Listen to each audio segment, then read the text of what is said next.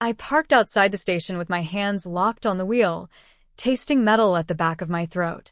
My ex stood under the harsh lights by the entrance, that practice smile she used at meetings plastered on like armor. My son Sam and my daughter Willow hugged her sides, small and tight, like they were keeping themselves from floating away. Sam's backpack straps were crooked, his jaw clenched.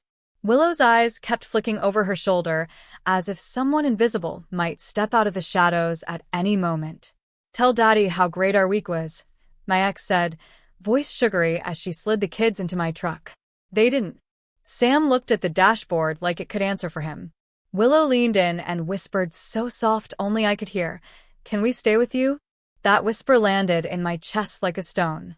She stepped closer before I could shut the door, the perfume way too sweet, and tapped her phone against her palm the way she did when she wanted power to look official.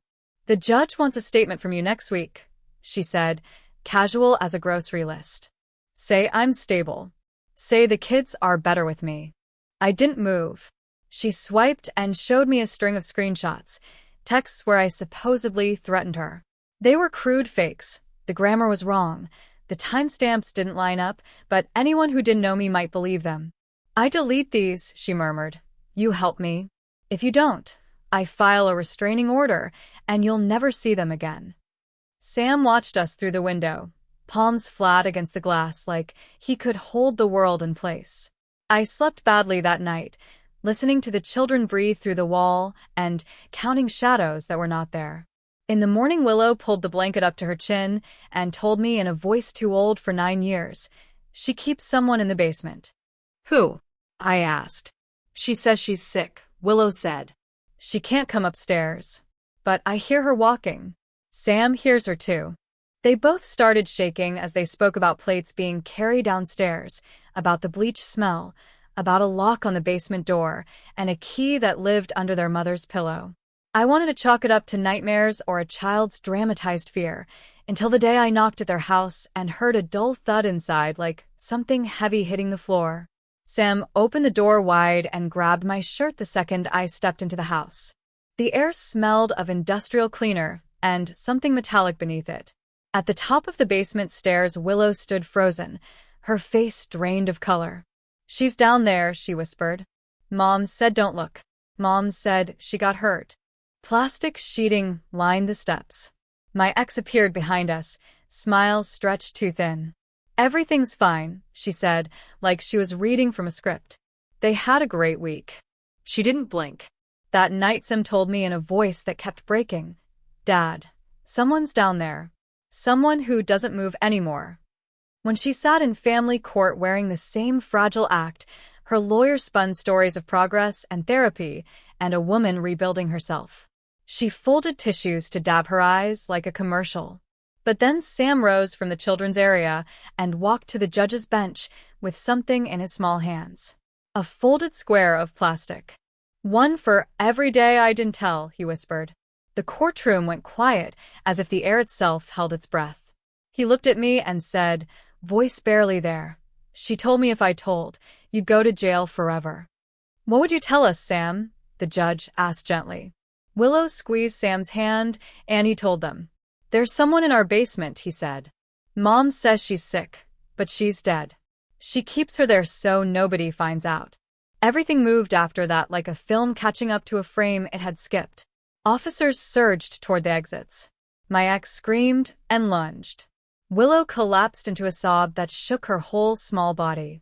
They broke down the back door, and they found the freezer and plastic and more than one body stacked and wrapped. The worst truth came sharp and cold. This wasn't a woman who needed help. This was a woman who had been hiding people she had killed, keeping them in the basement under the beds where her children slept. And my children had been living over it. The days after the raid felt unreal, like my house was suddenly too quiet, too bright, as if silence had a weight of its own. The sheriff told me not to discuss anything with the kids yet, to give the investigators room to talk first, to let professionals handle the explanations. But kids aren't stupid. They knew something enormous had broken open. Sam slept on the floor of my bedroom without asking. Willow crawled into my bed in the middle of the night and lay perfectly still, staring at the ceiling with her eyes wide. I didn't tell them to go back to their rooms. I didn't have it in me to send either of them away. For days there were cars parked up and down the road. Reporters. Curious neighbors. Strangers with cameras. They pointed lenses at my house like they could see through the walls and into our bones. The basement of my ex-wife's house was taped off and patrolled, floodlights bleaching the yard. She was taken into custody after the first body was identified. I sat in my kitchen and read the headlines without really seeing the words. My coffee went cold every morning. My hands shook when I tried to make breakfast.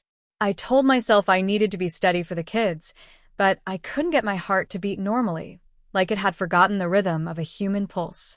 Child Protective Services came. Therapists came.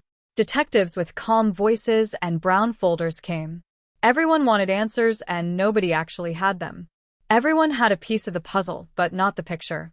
The children stayed glued to me. When strangers entered the room, Willow hid behind my chair. Sam would sit at the table with his fists closed, his jaw tight enough to hurt.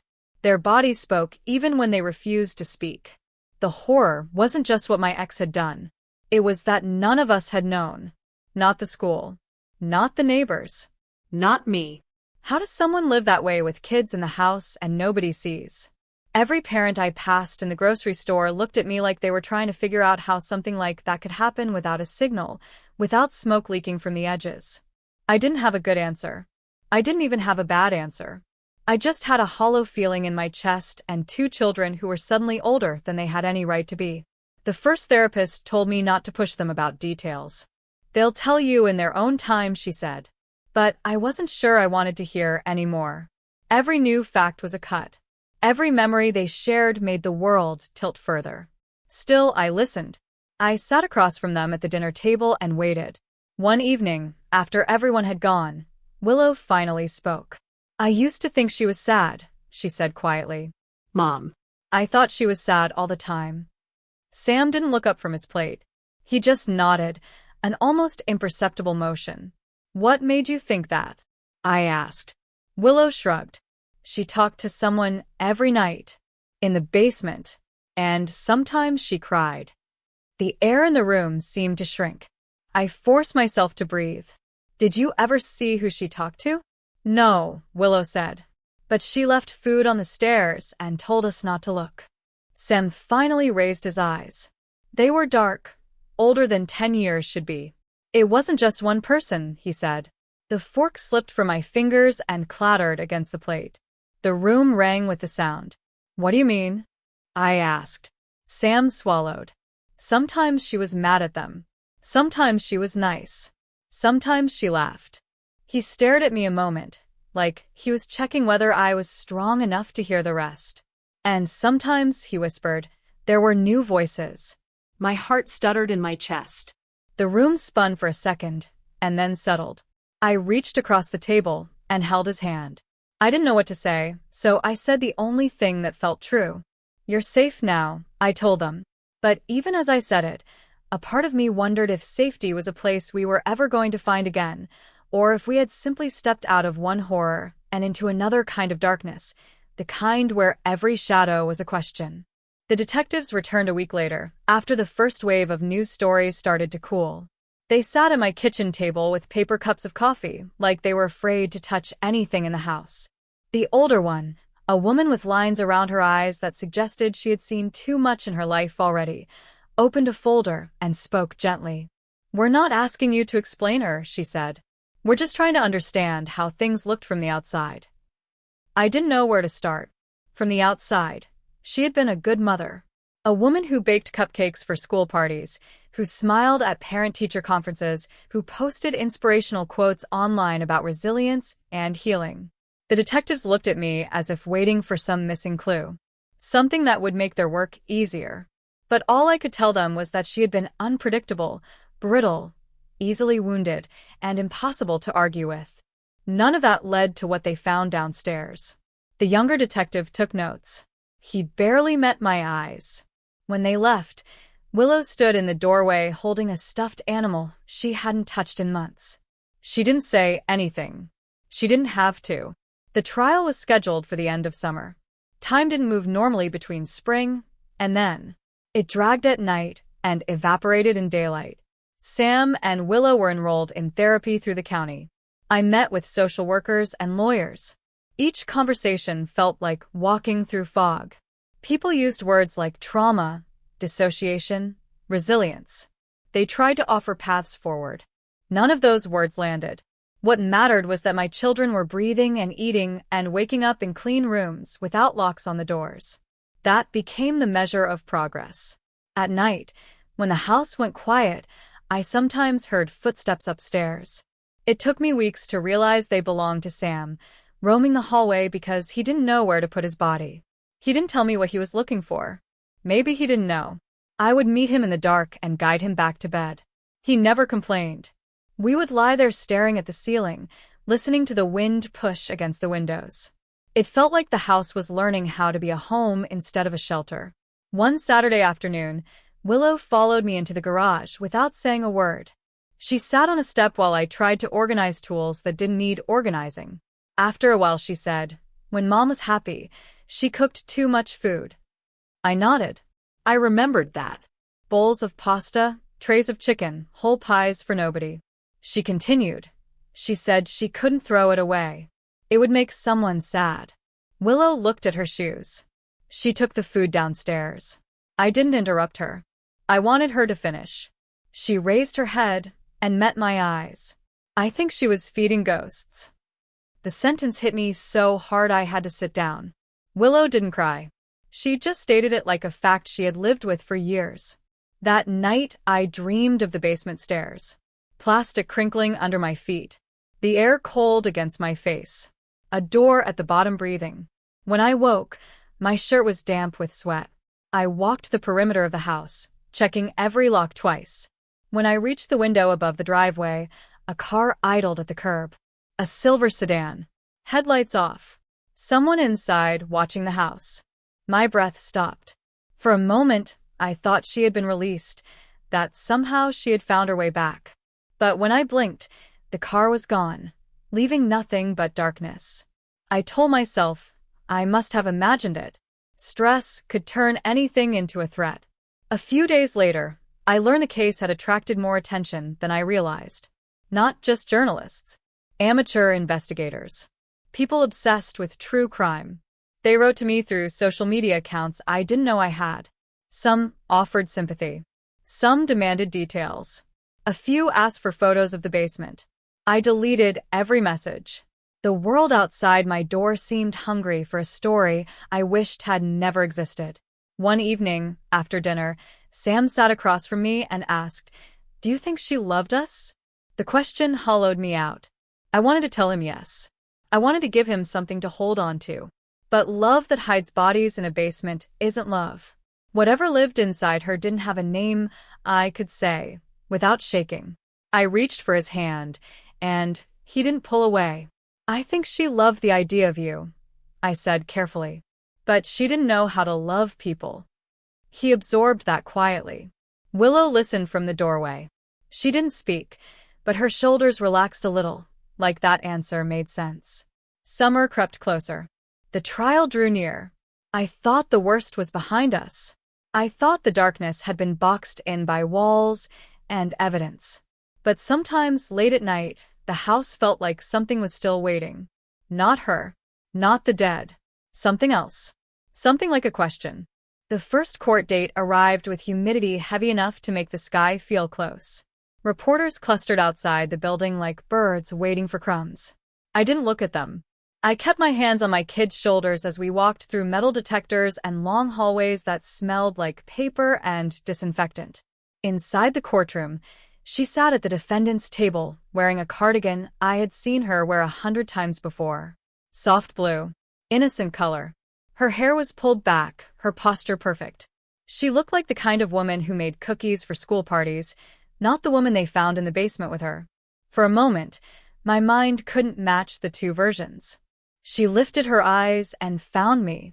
A small smile formed on her lips, the same polite smile she used when someone complimented her at the grocery store. That smile used to make me feel like everything was going to be fine. Now it felt like a trap. Sam froze. Willow pressed against my side so tightly I could feel her heartbeat. I leaned down and whispered, "You don't have to look at her. Just stay with me." When the testimonies started, I thought she might break.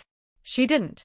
She sat still as stone while experts talked about timelines and evidence and psychological evaluations. Her lawyer objected often, his voice sharp, his gestures controlled. Every time he spoke her name, he softened the syllables, turned them into something gentle.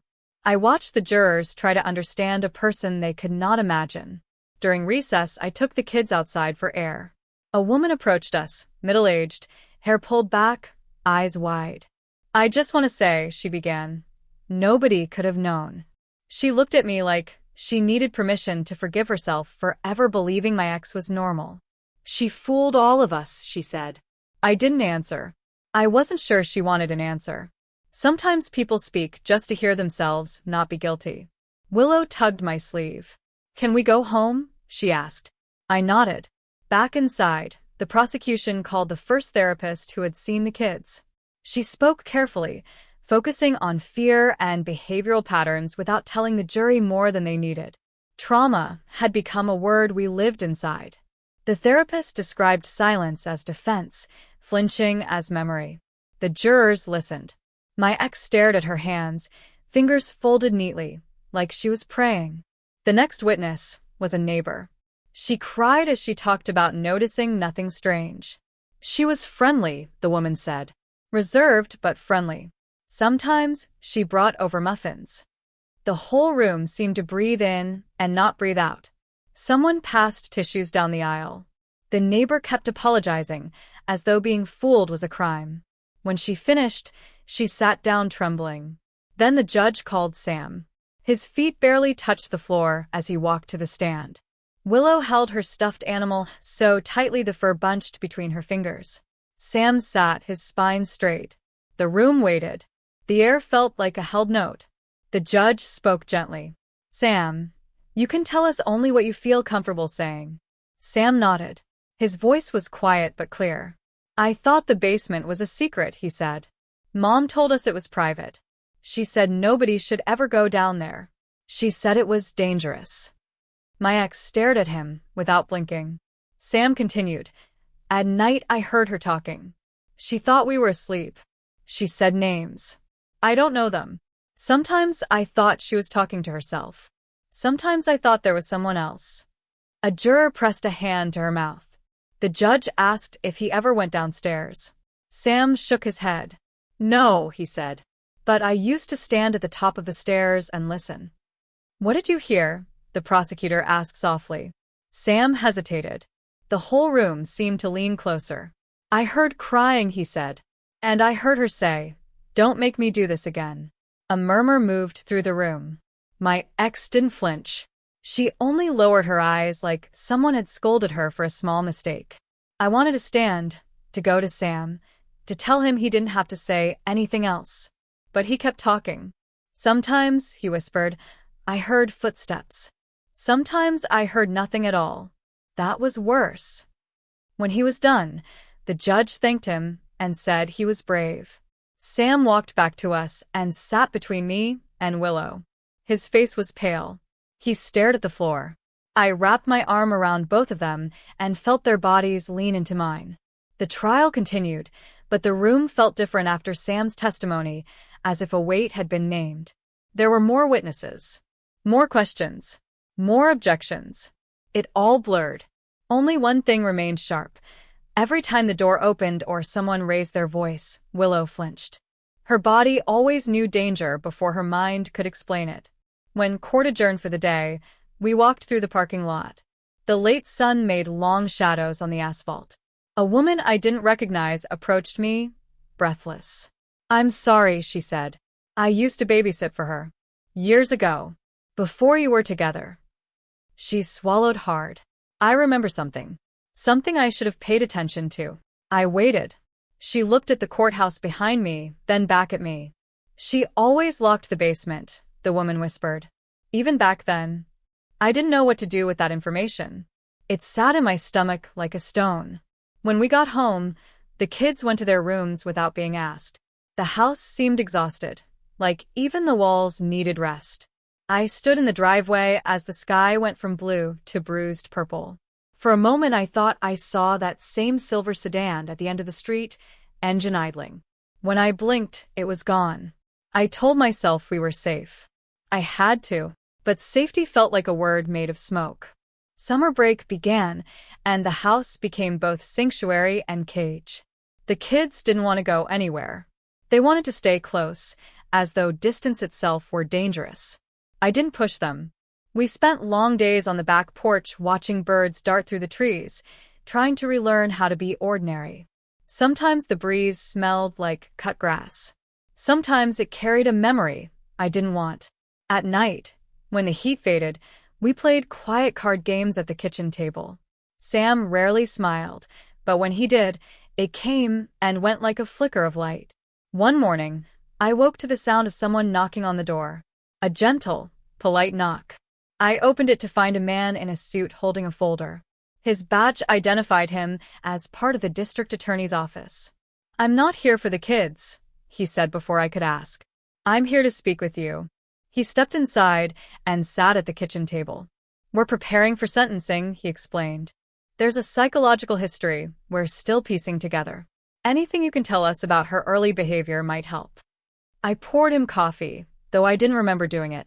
The mug steamed between us while I tried to gather memories that now felt like pieces from someone else's life. "She hated being alone," I said at last. "But she didn't like people either."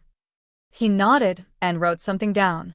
"She was always afraid someone would see something," I added. "Not something she did. Something she was." He looked up. "What do you mean?" I searched for words. "She wanted control. Over stories. Over moments. Over how people saw her. If she couldn't control it, she unraveled." He listened quietly. "Did she ever talk about the basement?" he asked. My throat tightened. "Not once," I said. It was like it didn't exist for her. But she kept the door locked.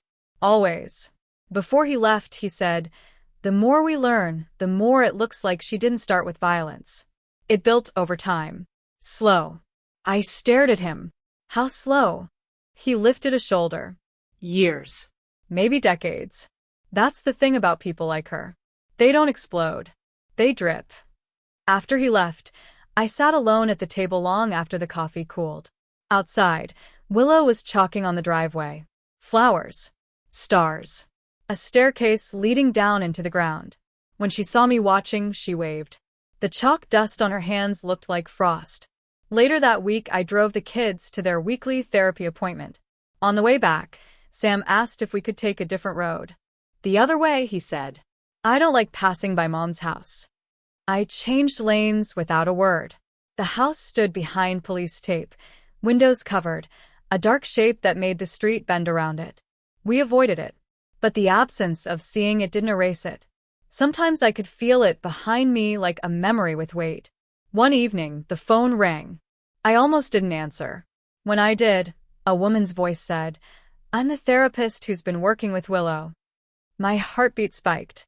"Is everything okay?" I asked. She hesitated. "Willow told me something new today." Silence stretched. She said the basement wasn't the only place that felt wrong. She said sometimes the whole house felt like someone else was living there. I swallowed. "What do you think she meant?" The therapist exhaled softly. "Children don't always separate people from places. Sometimes trauma sticks to walls. Sometimes it sticks to memories. Sometimes both." She paused. "She's processing. She's talking more." "That's good." I thanked her, though the reassurance felt thin. That night, Willow knocked on my door. She wore her pajamas and held her stuffed animal by the arm. "Can I sleep here?" she asked. I lifted the blanket, and she climbed in. We lay in the dark listening to the hum of the refrigerator and the distant sound of a train passing somewhere we couldn't see. After a while she whispered, "Do you think houses remember?" I didn't know how to answer. "Maybe," I said. "Maybe they keep secrets the same way people do." She nodded like that made sense. Her breathing slowed, and she fell asleep. I didn't. Near midnight, I heard footsteps in the hallway. Slow. Careful. I reached for the doorknob, ready to find Sam wandering again. When I opened the door, the hallway was empty. Just darkness and the faint scent of something I couldn't name. I stood there a long time listening. The house made no sound, but I could feel it breathing around us, holding something I still didn't understand. July arrived with heat that stuck to the skin. The kids spent most of their time indoors where the air conditioner hummed like a steady heartbeat. I tried to make the world feel normal again. Pancakes, cartoons, board games. But every quiet moment carried an echo, like someone had left a door open in the past. I caught myself watching them too closely, searching for signs of damage I couldn't fix. They noticed. One morning Sam said, "You don't have to be scared for us all the time." I wanted to tell him that wasn't true. I was scared all the time, just in different ways now. The sentencing phase began, and I knew I had to be in that courtroom, even if I didn't speak. I needed to see her face one more time, not because I missed anything, but because closure felt like a physical thing I could reach for if I stood close enough. I left the kids with my sister, who had driven in from 2 states away. She cooked grilled cheese and made them laugh in a way I hadn't heard in months. When I walked out the door, Willow handed me her stuffed animal and said, "Hold it if you get scared." I put it in the passenger seat of my car. It stayed there the whole day. Inside the courtroom, the air felt heavy again. She walked in wearing the same cardigan, same posture, same polite expression. For a second, I wondered if she understood any of this. The judge read documents for what felt like hours. The attorneys spoke in calm voices about trauma, about mental health evaluations, about danger and history and risk. When the judge asked if she wanted to speak, the room held its breath. She stood slowly. Her voice was soft. "I never wanted to hurt anyone," she said. "I was protecting my family. I'm a good mother. I always have been." My stomach twisted. The judge watched her for a long moment. "A good mother," he repeated quietly, "does not keep bodies in a freezer." Something flickered across her face. Not anger, not fear. Something else. Something like confusion. She sat down without another word. The judge sentenced her. Life. I didn't hear the legal language. I heard the meaning. My children were safe from her forever. Yet the relief didn't come the way I expected. It didn't burst through me. It settled slowly, like dust. When I got home, Willow ran to me and hugged me so tight I could hardly breathe. "Is it over?" she asked. I couldn't lie. "The part with her is over," I said. She nodded. Sam stepped closer. "But the part with us?" he asked. "That might take longer." I put a hand on his shoulder. "We take it day by day," I told them. "One day at a time." They accepted that. In August, new neighbors moved into the house next door. A couple with a baby, smiling, tired, hopeful. They brought cookies to introduce themselves. We stood on the porch talking about weather and recycling schedules. Nothing heavy, nothing real. But their presence changed something in the air. Life was still happening. People were still building families. That felt important. School started again. On the first morning, Willow wore a new backpack. Sam tied his shoes carefully. We walked into the building together. The principal met us at the door. He bent down to look Willow in the eye and said, "You're safe here." She nodded, though I couldn't tell if she believed it yet. I watched them disappear into the hallway. Their shoulders were straight, their steps steady. Driving home alone, I passed my ex-wife's house without meaning to. The windows were boarded. The yard was overgrown. A sign warned trespassers to keep out. Yet there was something oddly peaceful about it. The house was no longer pretending. The secrets were gone. It was just wood and walls now. That night, after the kids fell asleep, I stood in the hallway outside their rooms. The moonlight painted the floor silver. I listened. No footsteps. Just the soft rhythm of breathing. For the first time in months, I felt something close to quiet. Not happiness. Not yet. But quiet. I thought about the basement, about the plastic, about all the things we would never unsee. Then I thought about breakfast tomorrow. And the day after. And the day after that. I went back to bed and closed my eyes. The darkness around me no longer felt like a threat. It felt like night. Just night. Ordinary. The kind I could sleep inside. September arrived with cooler air and shorter evenings. The kids adjusted to school in small, uneven steps.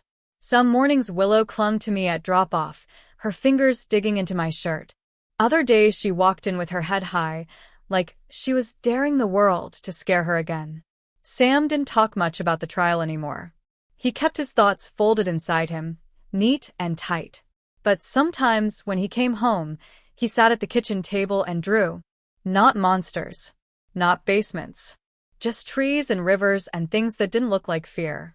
We were invited to family counseling once a week. The counselor was patient and quiet. She didn't force us to talk. She let silence be a kind of speech. One afternoon, Sam looked at her and said, "I don't want to remember everything. I just want to remember enough so I don't make the same mistakes." The counselor nodded, but her eyes flicked toward me. She knew children didn't make mistakes like that. Adults did. On weekends, I took them to the park. They climbed the old jungle gym and swung on the swings until dusk. Their laughter came back in fragments, like birds returning after winter. Willow made a friend, a girl her age with missing front teeth and a pink bicycle. They chased each other across the grass while I sat on a bench, trying not to cry at the sight of something so ordinary. Sam sometimes sat beside me and watched the trees move above us. "Do you ever think about her?" he asked one evening. I didn't pretend not to know who he meant. "Yes," I said. "But not the way I used to." He nodded, accepting that.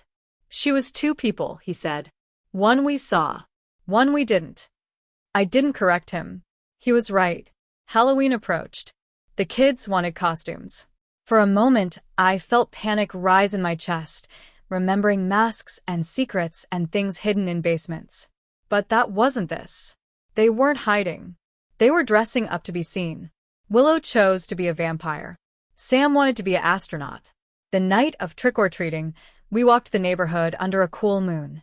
They ran ahead with other kids, their plastic buckets swinging, their footsteps loud on the pavement. I stayed a few paces behind, watching them, guarding them, letting them go just far enough. When we got home, they dumped candy on the floor. Somehow, the sound of wrappers and laughter didn't hurt. It healed. Willow ate chocolate until her teeth turned brown. Sam organized his pieces by shape and color. They looked like children. Only children. Later, after they fell asleep, I stood outside on the back porch.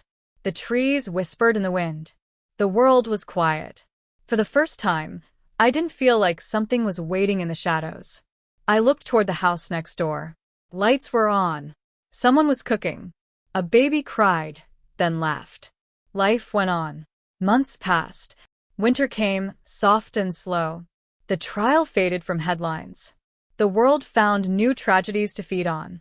People stopped staring at us in grocery stores. The kids started sleeping through the night. I didn't hear footsteps anymore. I didn't check locks twice. Sometimes I forgot to check at all. One evening in December, snow began to fall. The flakes were huge and silent, turning the street white. Willow pressed her face to the window. "It looks clean," she whispered. I stood beside her. "It is," I said. Sam came up behind us, sleepy and warm in his pajamas. "Is everything over now?" he asked. It wasn't a question about snow. It was a question about the world. I thought about my answer. About basements and secrets and people we wanted to believe were good. About how darkness doesn't vanish in one day. It leaves slowly, like a stain that needs time and light and patience. I placed my hand on the glass, feeling the cold. "Some things are over," I said. "Some things take longer. But we're moving forward. That's what matters." They stood on each side of me, their reflections small in the window. Outside, the snow kept falling, soft and steady, covering what had been and making room for what could be. For a long time we watched it together, without speaking. When the kids went to bed, I stayed by the window. The house was still. No footsteps. No whispers. No secrets. Just quiet. I thought about the basement, about all the things that had been hidden there, and about how truth had finally reached the dark. And then I realized something. Safety wasn't a place. It wasn't walls or locks or verdicts. It was moments. Small ones. Accumulated. Shared. I walked down the hallway and paused at each bedroom door. They were sleeping, breathing, Alive. That was enough. Outside, the world turned white. Inside, we were learning how to live again.